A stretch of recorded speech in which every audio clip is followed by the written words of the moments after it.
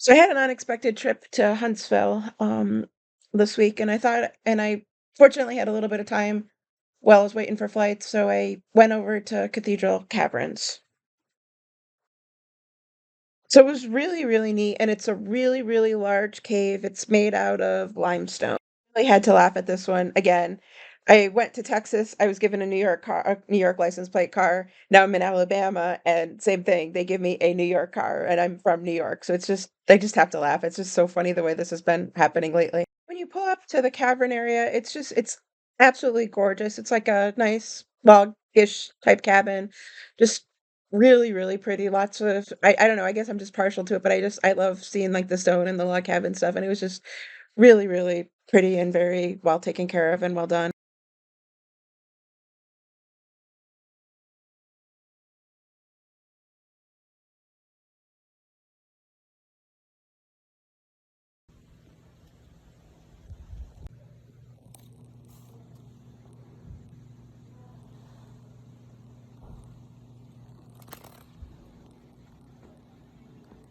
The mouth of this cave is it's so enormous. They said it's one of the largest known mouths to a cave.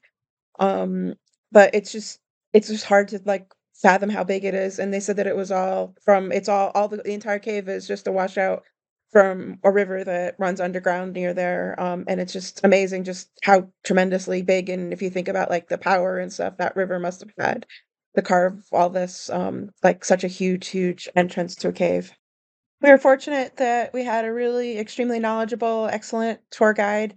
And he went in through a lot of the different stories. He knew all the lore and stuff of the cave and stuff, and it was just really, really fascinating. At one point during the Cold War, it was used for potential shelters and stuff. Thankfully, it never actually was needed to be used, but there's some of the remnants and stuff are there from it. The guy pointed out to us that there's actually a lot of signs inside the cave that it was once part of an ocean. There's sponge remnants. There was even shark's teeth. And you can also see like all the different layers of the different limestones and stuff.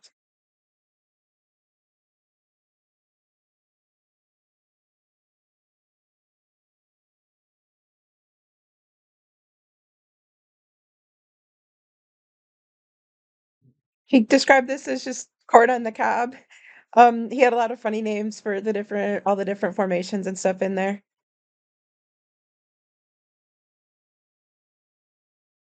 And this one is known as Goliath, and you could see why. It's absolutely enormous. And I guess the cracks and stuff appeared after an earthquake a lot of years ago. But it's extremely stable. And they've checked everything out, and there's a couple spots where there's like some cracks and stuff, but they're actually healing themselves over time, because the water drips and the minerals stay there, and it just keeps like things are just regrowing in a lot of the different areas. So expect over a lot of it takes a long time, but over a lot of years they might actually heal themselves. But this one was just absolutely enormous, and they said it's one of the largest formations in a cave that they know of.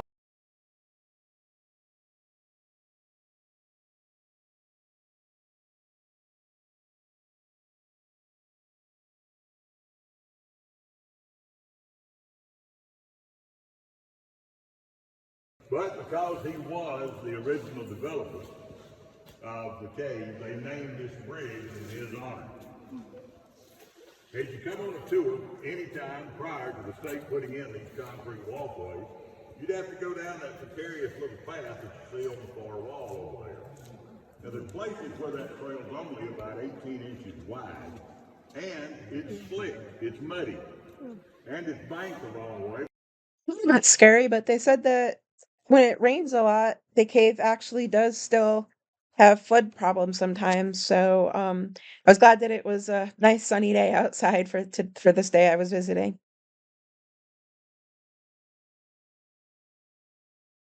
When the river changed course, it kind of left the impression of a two-tiered waterfall.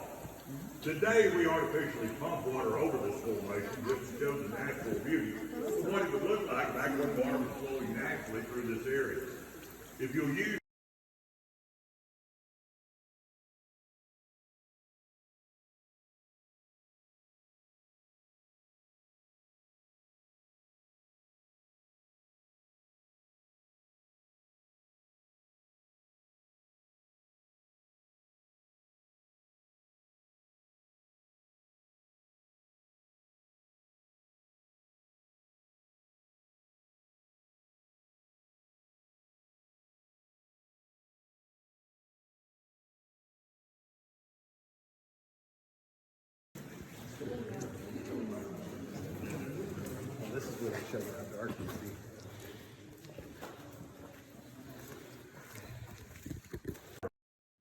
And this room is the cathedral room, and the founder's wife kind of thought it looked very, very similar to like a church cathedral. And she kind of pointed out like all the different features and how they related. And so the founder ended up naming it actually after his wife, deciding that it really looked like a cathedral.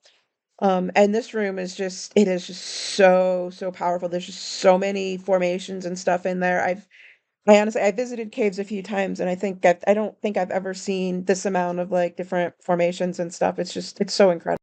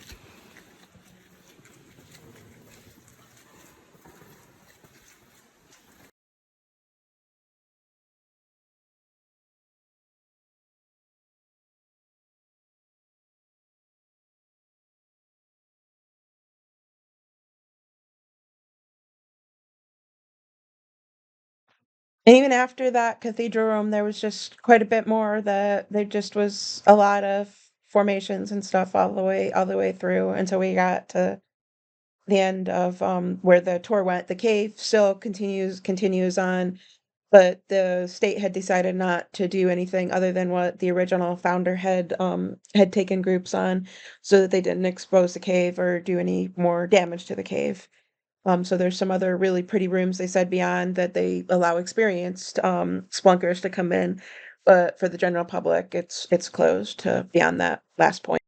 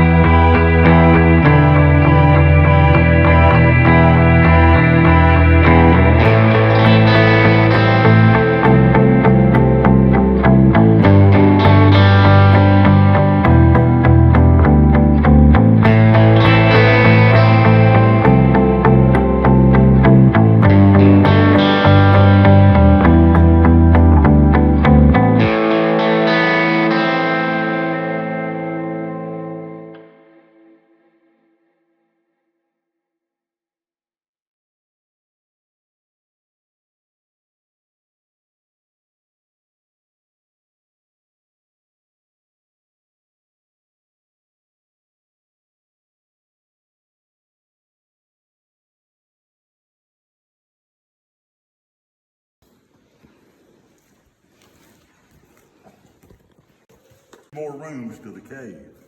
The next room, they tell me, is larger and more beautiful than the cathedral room that we came through a minute ago.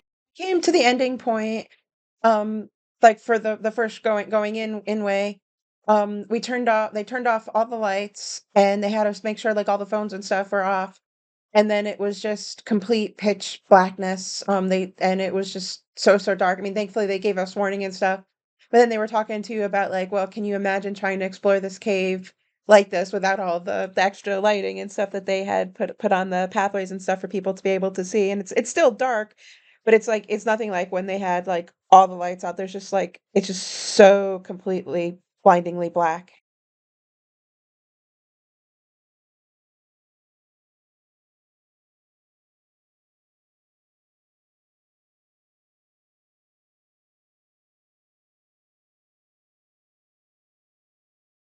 So it was a little odd to me, but they just kinda ended there in the middle of the cave, like, and so and it was just, like, left up to us to just walk back, and the tour guide just said, "Oh, I'll be behind you guys, making sure that everybody comes out, but other than that, do whatever you kinda want, like, take your time, take more a lot of pictures or whatever," and so then from there, we just kinda all walked out.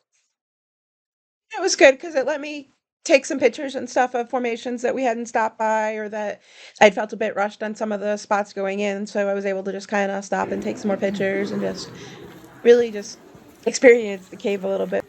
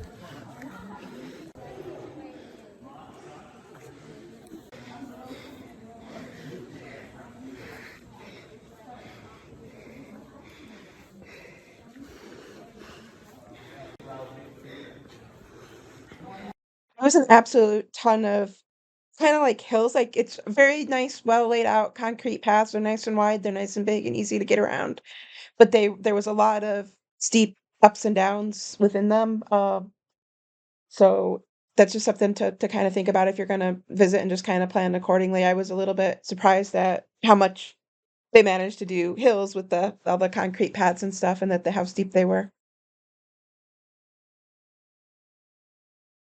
This was definitely one of the better caves that I visited, over the years, and I really, really enjoyed it and would highly recommend a visit if you're in that Huntsville area.